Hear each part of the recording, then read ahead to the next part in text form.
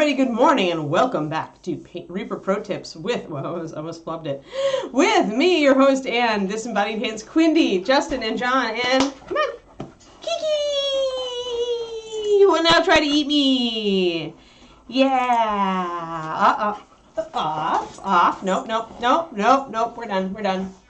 Desist. Good girl! Alright, we're practicing. Keekster. Nope. Oh, nope. Nice flannel. Nope. Go settle. You have a pig ear. Go get your pig ear. Good girl. There we go. Yes. Victory. Oh, Lordy sakes alive. My dog. My freaking dog, people. Ugh. Hello, everybody. Hey, welcome back. So today... I'm back on my kneeling chair again because, my back has been kind of dicey lately. So here we go. I'm low. I'm a low Ann, which is why I get jumped on so easily by a Kiki dog. Yeah, go find your shoes, Pa. I left her lots of shoes, so she has no excuse except being a puppy. Oh, dear me. Yes. You guys only ever see Kiki in shark mode. Like, you just see the head coming in with the mouth, That's about, hi, how often are there shark modes today, Pa? How often are you in shark, huh? Not as much lately. No, ma'am. Yeah, you're getting there. But yeah, you only ever see the shark puppy. Hi, no. Kiki, leave it. Leave it. Nopes. Yeah, we definitely have puppy shark mode. Okay, puppy shark mode. It's time to back off. I'm going to close you in here. Yeah, I'm going to get you with this gate. Yep. Oh, I'm going to get you with that gate. It's the ever-moving gate. Oh, noes. Do I have to go and get the gate again? Do I have to go get the other gate again? No. I don't want to. Yes? Do I have to barricade myself off from you? The puppy. Sorry. Puppy disruptions. Good girl. There. I don't want her eating my rugs, and I don't want her eating my electronics, and I don't want her eating my paint, and I don't want her eating... Hey, No, out, danged spot. Thank you. Good girl, yay. No. Go settle. She was chewing her bully stick perfectly well before this started. But now, of course, it's all like, can we play? Mom? Yeah, is that what you want? Yes, I barricaded myself off. Successfully, I hope. She's like, Mom is far more entertaining than any of these silly toys that she has left me in the hall. Ah, dear me. And she wouldn't be barricaded into the hall if she hadn't actually done her business this morning before the stream like I asked her to. So, like it is. I'm going to stealthily put this gate back. There we go. All right. Woof. Extra used to this string. That's funny, Turgeon. Yes, so I've got some basing stuff to play with Kit-A, to get Kit-A done. And then for our lead up to Christmas, we'll work on Other Cat. The other Kit-A, the other holiday Kit-A. I think she's discovered her bone again. Good. And... yeah, that's where we're at. Folks. So I will be not streaming Thursday and Friday this week because I have Christmassy stuff to prep for because David's parents are coming. I need to figure out what the heck I'm making for food. We're going out one night, Friday night, the 23rd we're going out, and then I have to make food the other 2 days. So it's like, I like to cook, but I don't like to cook under duress, and so it's like, I'll be happy to do the prime rib, but we will be doing Christmassy for the last 2 days, or if we finish our basing early today, we will be switching. I just want to get this Kit-A done, because it's past Halloween, in case you didn't notice. I'm going to grab some of my little birch pods, which of course are the tiny little leaves that you see people use on most bases. Let me get my, see if I've got my tweezers in here. I thought I had my forceps in here somewhere. Seriously? Oh yeah, that'll work. Hemostats will work. So you want something like a tweezers. Mine are mixed in. I've got a bucket of them elsewhere, but what we're looking for are these little guys.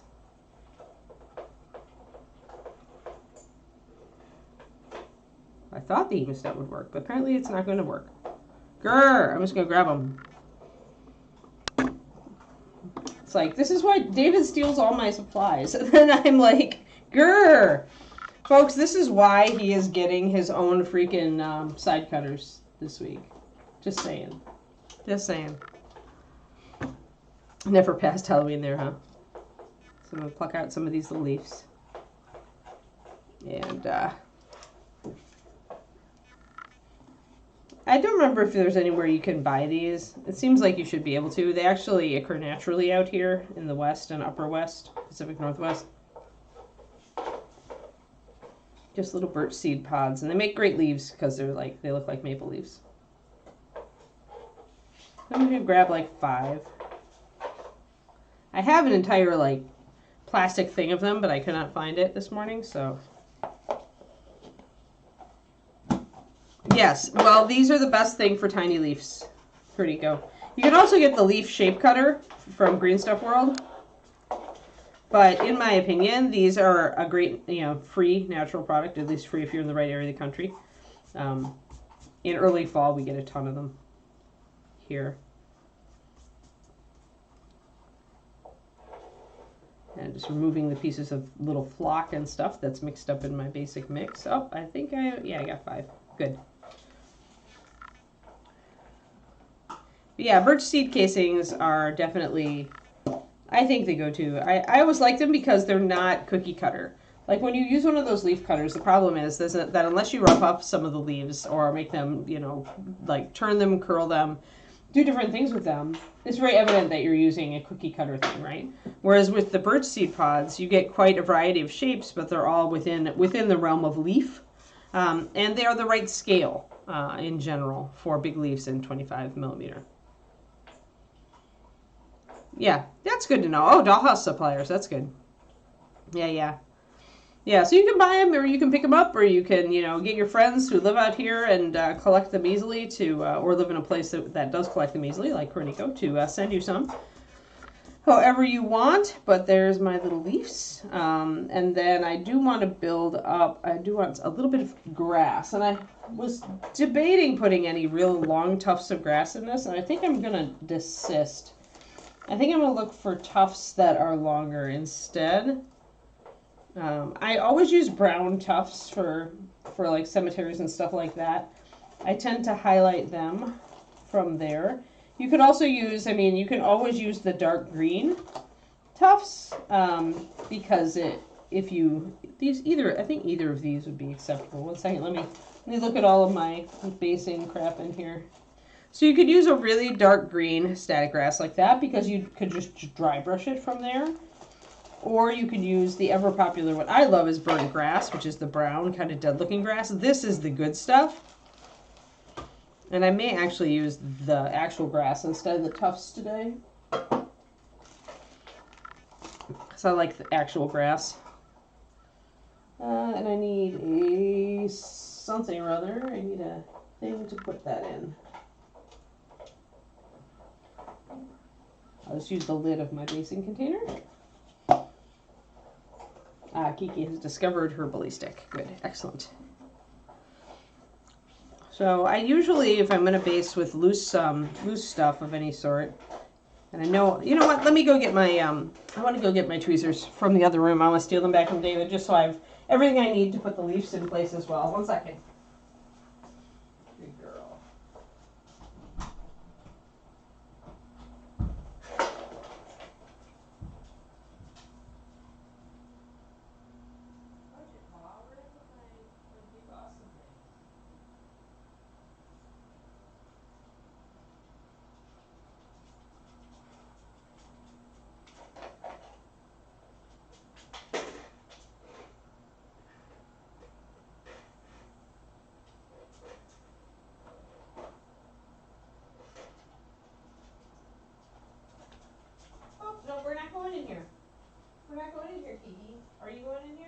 right. I guess you can. I'll turn on your fan. Hold on. Sure.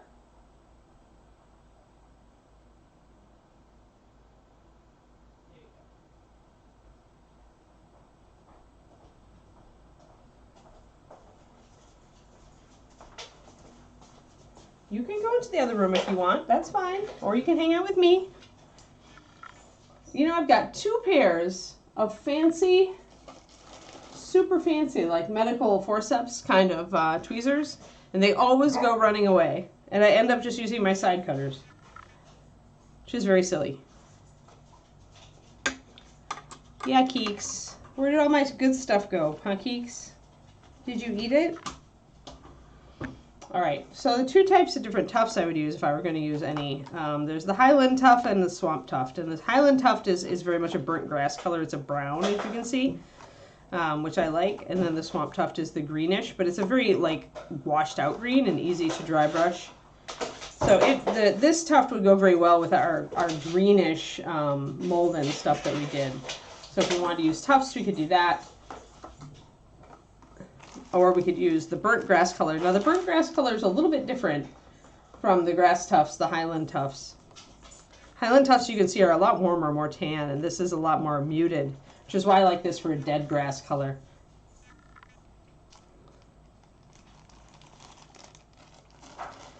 No, Pendrick, I'm the one. I guarantee you, I'm the one who's buying us extra hobby supplies this year. So yeah, don't say it too loud, or it'll spoil the surprise if you watch this stream. Hey, Kiki, what's up? Sorry, man, the puppy's just gonna be a huge disruption today, and I apologize to you guys.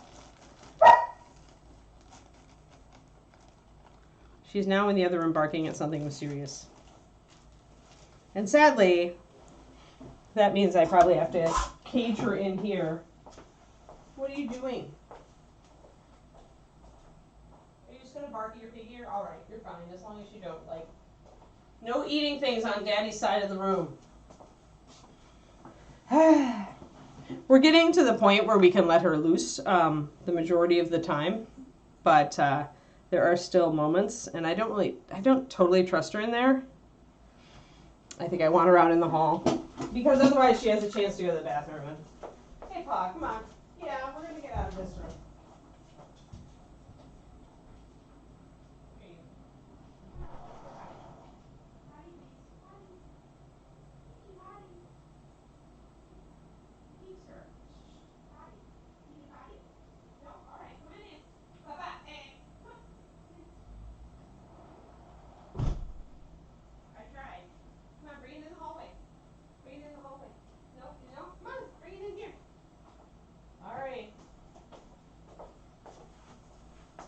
Sigh.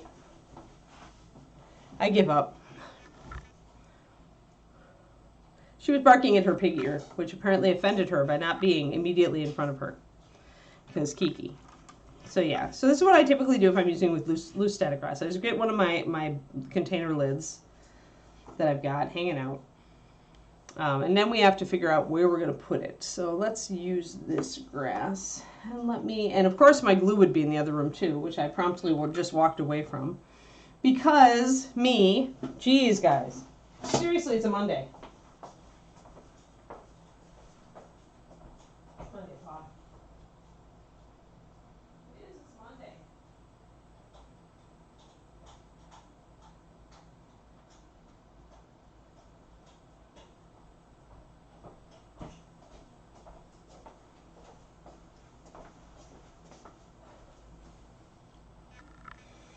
Hi, Thormel. You haven't missed anything except me getting up 50 million times for the supplies that I should have gotten before I got here. I tried, people. I tried. But it's been a little bit of a rush morning. And of course, my nephew's present arrived late. So I'm like behind on everything. I had hoped to get everything in the mail this weekend. Now I'm going to probably have to pay for expedited shipping, which is kind of annoying. Everything is very slow this year. Like, I ordered it ages ago, but definitely not fast this year. All right, so I use a pokey tool to unclog my snoodle of my Zap-A-Gap glue applier. Let's see here.